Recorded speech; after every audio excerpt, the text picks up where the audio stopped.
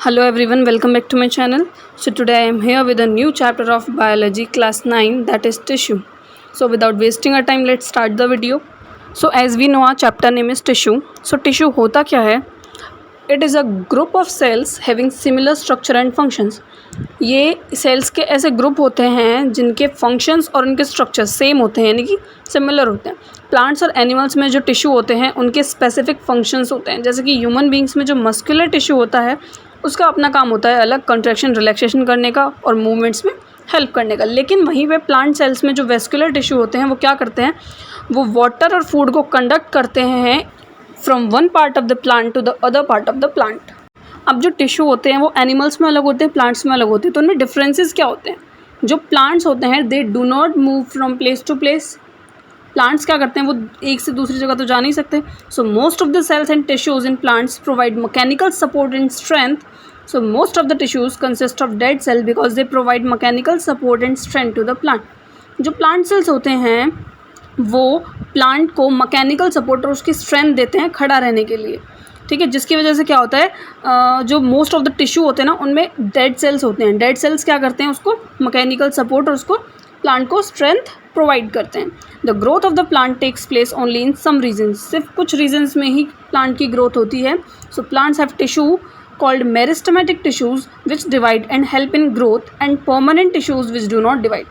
So plants के अंदर कैसे होते हैं, meristematic tissues होते हैं जो कि क्या है, किस में हेल्प करते हैं, वो डिवाइड होने में हेल्प करते हैं.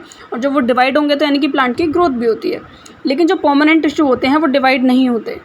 अब बात करते हैं एनिमल टिश्यू की. तो एनिमल्स कैसे होते हैं भाई, वो प्लेस टू प्लेस वेरी करते हैं, चलते फिरते हैं, खाते पीते हैं. तो उन्हें क्या चाहिए, उन्हें ज़्यादा एनर्जी चाहिए. ज़्यादा एनर्जी चाहिए तो उनके अंदर जो टिश्यूज़ होते हैं वो living, most of the cells कैसे होते हैं, लिविंग सेल्स होते हैं, लिविंग टिश्यू होते हैं उनके अंदर. The growth of animals is more uniform. So animals do not have separate dividing and non dividing cells. जो एनिमल्स की ग्रोथ होती है वो तो कन्फर्म है, होती है उनकी. तो उनमें कोई ऐसे डिवाइडिंग नॉन डिवाइडिंग वाला सिस्टम नहीं होता कि हाँ भाई इनमें डिवाइडिंग वाले अलग वो हैं सेल्स हैं और इनमें नॉन डिवाइडिंग वाले अलग सेल्स हैं, परमानेंट मेरिस्टेमेटिक, ऐसा इनमें कुछ नहीं होता. Animals have organs having specialised functions. Animals के पास स्पेशल ऑर्गन्स होते हैं जिनके अपने अलग अलग फंक्शंस होते हैं. So the organs have specialised tissues. और उन्हीं ऑर्गन्स के कैसे होते हैं, अलग अलग टिश्यूज़ उनके अंदर होते हैं ताकि वो अपने स्पेसिफिक फंक्शंस परफॉर्म कर सकें.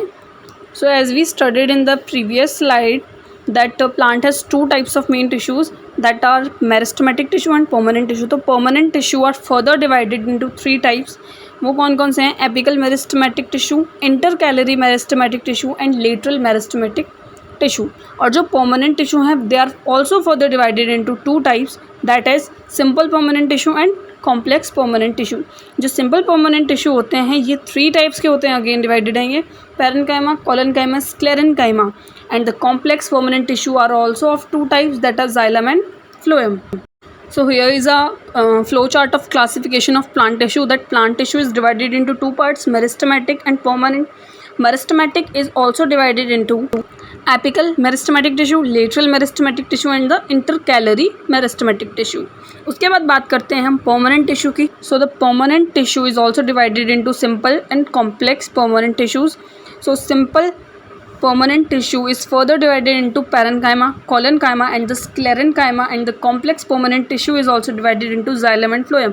xylem और phloem के भी अपने अलग अलग parts होते हैं. So the classification of xylem are xylem vessels, tracheids, xylem parenchyma and the xylem sclerenchyma. So here the point is to be noted is that the xylem parenchyma is the only living tissue in xylem. So अब हम बात करते हैं phloem की. So phloem चार parts में divided है, sieve tube, companion cells, phloem parenchyma and the phloem sclerenchyma. Phloem के अंदर फ्लोएम स्क्लेरेन्काइमा डेड है और बाकी के लिविंग हैं. Let's brief the meristematic tissue. जो मेरिस्टेमेटिक टिश्यू होता है वो मोस्टली ग्रोइंग रीजन्स में मिलता है, जैसे कि टिप्स ऑफ रूट हो गए, स्टेम हो गए, ब्रांचेज हो गई. और ये क्या करते हैं, कॉन्टिन्यूसली डिवाइड होते रहते हैं ताकि ये प्लांट की ग्रोथ में हेल्प कर सकें. मैंने आपको बताया था कि मेरिस्टेमेटिक टिश्यू थ्री टाइप्स होते हैं उनके, apical meristematic tissue, lateral meristematic tissue and intercalary meristematic tissue. जो एपिकल मेरिस्टेमेटिक टिश्यू होता है वो कहाँ पे मिलता है हमें, they are present in the tips of stems and roots. और ये किस में हेल्प करते हैं, स्टेम और रूट्स की ग्रोथ में हेल्प करते हैं. लेटरल मेरिस्टेमेटिक टिश्यू जो होता है ये हमें स्टेम्स के साइड में प्रेजेंट होता है, स्टेम्स के साइड में हमें मिलता है और रूट्स में भी मिलता है। They helps to increase the girth of the stem and root. ये किस में हेल्प करता है? देखो, अब हमें पता है कि जो स्टेम्स और रूट्स में ये प्रेजेंट होता है, तो ये स्टेम्स और रूट्स को हेल्प करता है ताकि वो सॉइल को अच्छे से जकड़ सकें। ओके, इंटरकैलरी मेरिस्टेमेटिक टिश्यू होते हैं जो वो लीव्स के बेस में प्रेजेंट होते हैं और इंटरनोड्स में, जो किस में हेल्प करते हैं? वो उन पार्ट्स की ग्रोथ में हेल्प करते हैं। सो अब हम पढ़ेंगे परमानेंट टिश्यू। सो परमानेंट टिश्यू मेरिस्टेमेटिक टिश्यू से ही बनते हैं, बट ये डिवाइड नहीं होते। इनकी परमानेंट शेप एंड साइज़ होती है और ये डिवाइडेड हैं simple permanent tissue and complex permanent tissues में। जो सिंपल परमानेंट टिश्यू होते हैं वो सिर्फ एक टाइप ऑफ सेल से बनते हैं और इनके 3 टाइप्स हैं, पैरेन्काइमा, कोलेनकाइमा एंड स्क्लेरेन्काइमा। जो पैरेन्काइमा होता है वो लूजली पैक्ड होता है थिन वॉल्ड सेल्स में और उनके अंदर ज़्यादा इंटरसेल्युलर स्पेस मिलता है। जो पैरेन्काइमा सेल्स होते हैं sometimes there leaves contains chloroplast and prepares food by photosynthesis. Parenchyma sales के अंदर लार्ज एयर कैविटी प्रेजेंट होती है जो उनको पानी में तैरने में हेल्प करती है। पैरेन्काइमा सेल्स रूट्स और स्टेम्स में जब होते हैं तो वो वाटर एंड मिनरल्स को भी स्टोर करते हैं।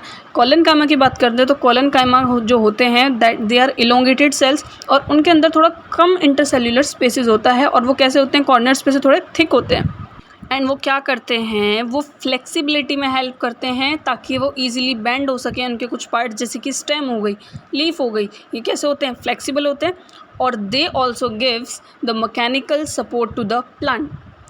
Sclerenchyma is consist of long narrow dead thick walled cells. और जो सेल वॉल होती है उनमें उसके अंदर एक केमिकल सब्सटेंस होता है, उसका नाम लिग्निन है, जो किसकी तरह एक्ट करता है? वो सीमेंट की तरह एक्ट करता है ताकि वो प्लांट के पार्ट्स को थोड़ा हार्ड बना सके।